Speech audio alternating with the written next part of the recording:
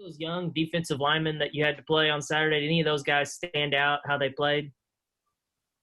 They all played really hard. Obviously it was their first opportunity to play in a game, and they all played very hard. There wasn't a lot of mistakes in there, but I don't know. There wouldn't be anybody stand out from the game. Okay, Biddy.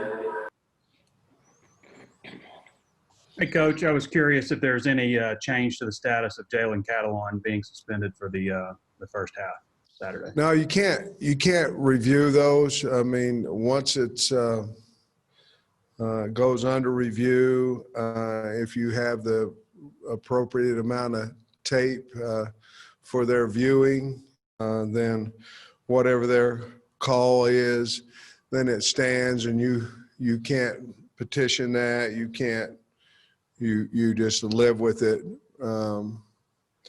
It's what we were told. So he'll be out for the first half of the Missouri game, and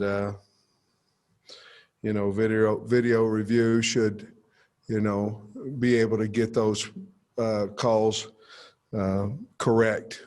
And so that was the feeling of video review, that they have ample time to make the correct call on the field. Scotty.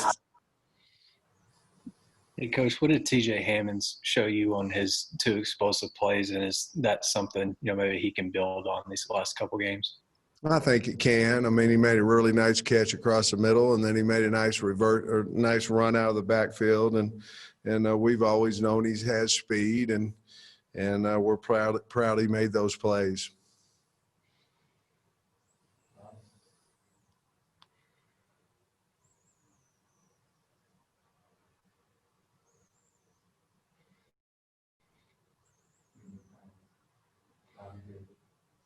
Sorry, is he saying Bob? Yes. Okay, I'm sorry, I couldn't. It's real faint. Or maybe I'm just deaf. Lou Holtz told me one time he thought I was deaf when he didn't like the question. Sam, you obviously were missing a lot of guys for COVID and contact tracing. Do you anticipate having any of those guys back, or kind of where does all that stand? No, our numbers are no better than what they were Saturday, and obviously we have 3 tests this week. So no, they're not any better than what they were. Nikki. Coach, after watching the tape, what did you think of the offensive line play, and do you feel like they're progressing at a rate that you're happy with? They were, yeah. I mean, yes. They did not play particularly well on Saturday. LSU did a nice job of rotating safeties, and they basically had a safety to the point of attack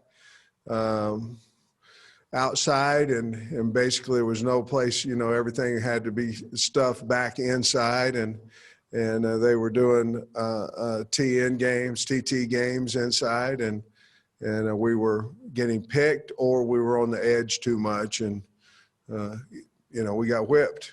And before that game, I thought we were progressing, and we'll come back. But no, it wasn't one of our better games up front. Nate.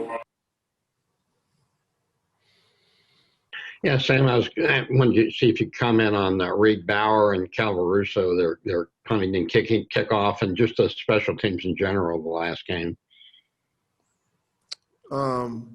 Well, Bauer did a really good job punting the ball. He gets rid of it. He did a nice job. Had a good average, not a lot of return yards. So Vito, I believe he kicked every kick out of the end zone. So he's certainly playing with more consistency. We have to field punts. We have to put somebody back there that's going to field the punt. And you can look at it however you want.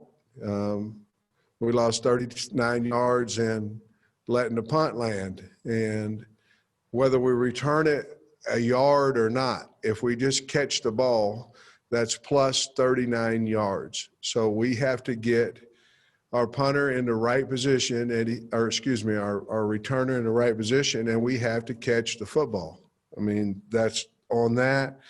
On the block field goal, we stepped inside and we hinged.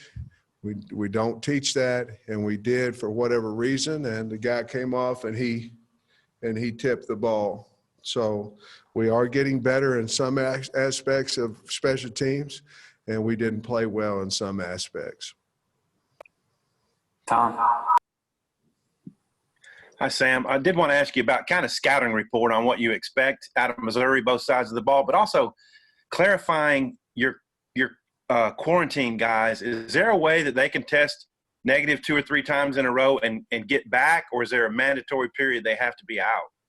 Well, yes, they can, but the ones that have already been in positive COVID have tested positively more than one time. So it would be today's results that we would be able to test tomorrow and the next day and possibly, get them back out. But that hasn't worked out very well here. It's the tests have been very accurate. So to think that that's going to happen, probably it won't because the past says that it hasn't. Missouri's very physical on both sides of the ball. I really like Trey Williams. I like their D-line. Nick Bolton's probably as good a linebacker as there is in the SEC, probably in the country. Rakestraw and Gillespie and those guys in the back end are playing very physical football. Defensively, they run to the football. Nicholson had one heck of an interception to seal the game against South Carolina. They're very big, very physical on the offensive line. They like to run the ball. Coach Drinkwitz does a great job of keeping you off balance. But if he can run the ball on you, he's going to turn around and hand it off a lot like Tennessee did. Basilak is getting better each week. Young freshman quarterback, and then Roundtree is a very, very solid, tough, physical runner. They've done a nice job with their transfer portal outside with their wideouts, junior college wise and transfer portal. They've got some nice wideouts as well. Very, very well coached. He's done a nice job over there, and very good in special teams. Just a really, really good football team. Jordan. Hey, Coach, can you speak a little bit to what makes Caton, Morgan, and Poole such good tacklers specifically, and then what they mean to the defense, just being all over the field at all times? Well, they're all kind of a little bit different in their tackling styles. Catalan's a cut tackler. He'll come in and, he likes to cut you around the knees, around the ankles, and as Coach says, just come up with the leg. We're pulling them. They have to physically pull, and Morgan they have to physically take on blockers and then take on a runner that's usually squared up coming downhill on them. So they're more chest to chest tacklers and things of that nature. We work on tackling Jordan all the time. And so it's certainly helped them. I think they've become better tacklers as the year's gone on as well. But it's something we do, at the first of practice every day, except when we're not in pads. Otis. Coach, at the end of Coach, I know about the numbers on the COVID stuff, like the one center and stuff, but at the end of the day, who makes the final call on if you have to play? Does Arkansas make that call, or does the SEC, Sam? No, the SEC makes it. We tell them who we have exactly to the number. We tell them how many we have at quarterback, how many we have at O-line, how many we have at D-line, and how many we have as a total scholarship number. And then they make the decision on whether we're going to play the game or not. Jason. Hey, it's Alyssa. So question for you, Coach. You know, I know this is a big game for Barry. What kind of vibe are you getting from Coach Odom right now as he approaches this and the feelings that he has, obviously, going back to Missouri? Well, I think, you know, he played there. He's alumni there, was a head football coach there, recruited a lot of the players, probably the majority of the players that they have there. I think he has a lot of love for his former players, and at the same time, he's, you know, the University of Arkansas is paying him. He wants to do a great job for Arkansas. I'm sure there's a little bit of mixed feelings, just as I had playing against Georgia. But the bottom line is that Barry's a competitor, and he will certainly have our football team ready to play.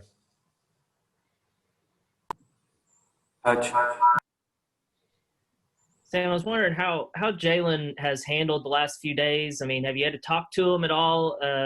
And also, how do you balance kind of practice this week knowing he's not going to be able to play the first half?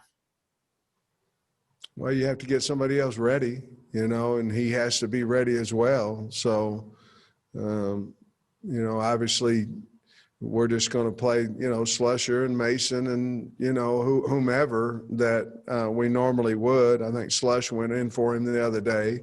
So just knowing that he won't be able to play in the first half, and we'll get them ready, and really not a whole lot of difference than what we normally do. What was your other question?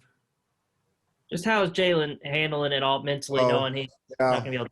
I called him on Saturday night, or text with him and text back and forth, and you know, he's fine. I sought him out in the locker room after the game because, you know, I think in his mind he did 100% everything correct on the play, and so that's got to be hard, you know, when you're trying to do the right thing and you're ejected out of the game, especially in that critical time, and you miss the first half of another game. It's got to be very difficult on him, and we just want to know that we support him in every possible way that you can.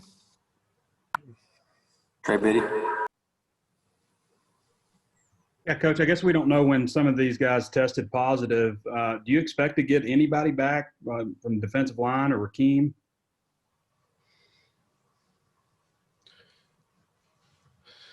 I don't know, Trey. I mean, there's so much going on, man. I mean, with the test and with injuries and with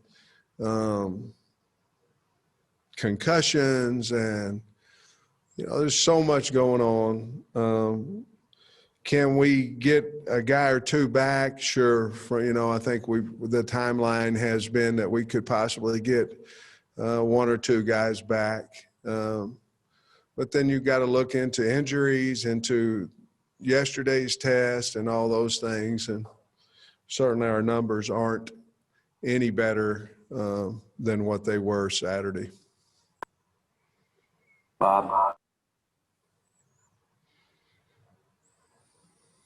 Hey, Sam, obviously you mentioned Barry, but, you know, Sam Carter and Brad Davis are going back to Mizzou too. And just wondering what you think about, you know, their thoughts or emotions or whatever along with Barry. And obviously they know that personnel pretty well. How maybe can that play into your preparation?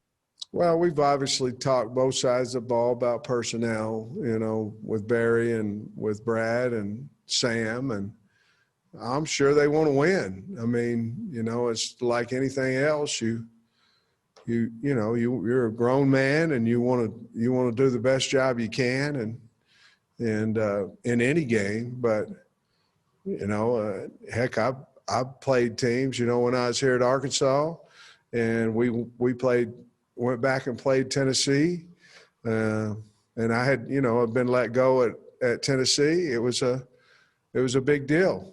And I don't know. You'd have to ask them, but I'm assuming that it'll be an important game, just like all of them are. Tom. Sam, I have a Thanksgiving question for you. How does the the Thanksgiving Day play into your practice schedule for the week? We have a nice team meal revolving around that. And I'd like to think that folks in Arkansas, when they gather around on Thursday, whatever groups that they can, that they'll probably give thanks that the football program is winning games this year. And I wonder from your perspective what you'll be thankful for on Thursday. God dang it. That was pretty special right there, buddy. Well, I'm thankful to be the head coach at Arkansas. I mean, I'm thankful for my staff. I'm thankful for the fans. I'm blessed. I'm thankful to our players. I mean, my Lord, been a pretty good year for me, along with Thanksgiving. We're going to practice fairly early on Thanksgiving Day. Then we're going to let them, for the local guys, hopefully they can take some of the guys that aren't local home to their house, or they get together somewhere and have Thanksgiving meal. We'll certainly provide that for them. And then we'll probably let them off the afternoon and evening, and then we're going to leave a little earlier than what we normally would. We're busing to Missouri, and I'd like to get there a couple of hours earlier than we normally do when we fly, just so the guys can kind of get in their room and relax a little bit. It's obviously an early game on Saturday, so that's really the routine. The kids that don't have someplace to go, they can certainly go to our coaches' homes. It's so much different because of COVID and the virus and all those things that, as much as you want to have a heartfelt, warm Thanksgiving with your players and all that kind of stuff, it's very, very difficult. Everybody understands the situation, but when you have players over to your house and you're having to sit 6 foot apart and wear your mask the whole time, it's not quite the feeling that Thanksgiving normally is. That's the times that we live in right now, and we'll do the best with that. But we want to show our players that we love and we care for them, and we're certainly want to do that every single day, including Thanksgiving. Last one, Alyssa. Sam, I want to ask you about Tralin Berks. Got over 1,000 yards receiving on Saturday in 18 games as a sophomore. And I saw you a couple times go over and talk to him and congratulate him on that touchdown catch that he had. But just being around a guy like him, and I know we've asked you about him before, but just the continued impress that you get with being around him and being able to coach him. Well, he's such a wonderful person, just such a wonderful kid. He has a special skill set. He's big and big hands and those things. And so I was just trying to encourage him on Saturday. And then the next series, after some encouragement, he went out and caught a great slant pattern and was instrumental in us scoring. And, our situation here, and it's not only him, we have to continue to be a good practice team. I think as soon as he becomes a better practice player, I think he'll even become a better player. That's nothing that we haven't talked to him about. And that's not a negative. That's just, we have a lot of guys that have to become better practice players. We are. But for us to reach where we need to get, we've got to have a little bit more urgency at practice.